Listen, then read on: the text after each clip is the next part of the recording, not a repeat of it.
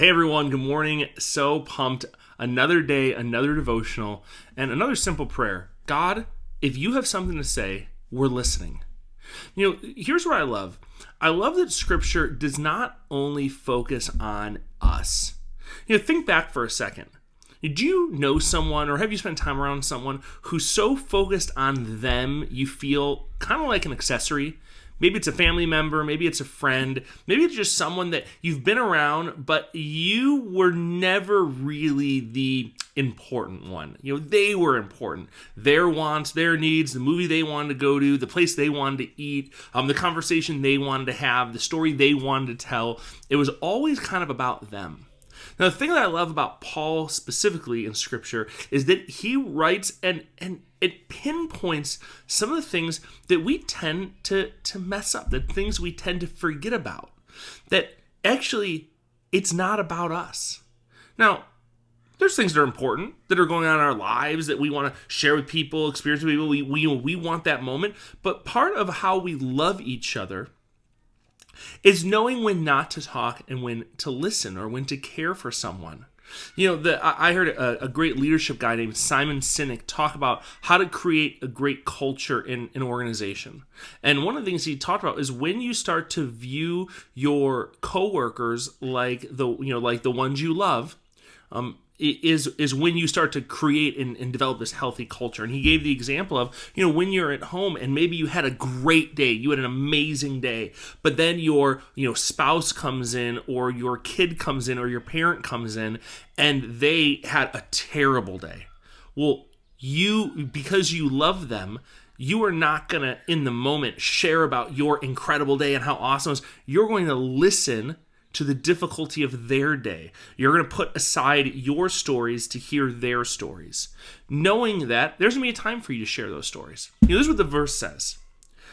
Verse 15, rejoice with those who rejoice and mourn with those who mourn. I want to focus on the last part, mourn with those who mourn. Right now in society, this is a really difficult, painful time.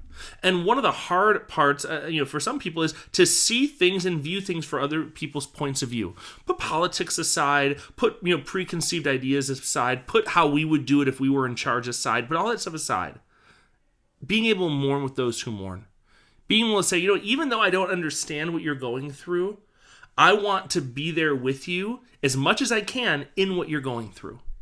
That idea of mourning with those who mourn means even though things might be great for you, that you're able to put that aside and embrace that things aren't great for everybody. This reminds me of when I first came on board with R12. I had just gotten hired. So this is like 2-month-old story. It's a very fresh story.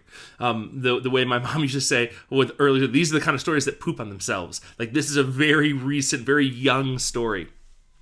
And when I was coming on board, it was during the height of the pandemic, and people were losing their lives, and people were losing their businesses, and people were being laid off, and it was tough for a lot of Americans. It was tough for a lot of people around the world. And it was a conversation we had. How do we announce that we have a new executive director when for a lot of people out there, they're having a really tough time? That even though for us in our organization, it's an exciting time. And for me personally, it's an exciting time, but knowing for everybody, it's not maybe. How do you do that the right way? How do you still rejoice with those who are rejoicing? The board was rejoicing. There were a lot of people, my wife, my family, we were rejoicing. So we were rejoicing together, but then also being mindful that we are to mourn with those who mourn. Here's what I found. That when it comes to figuring out how to do this well, it just means being willing to take a pause. When's the last time we just paused?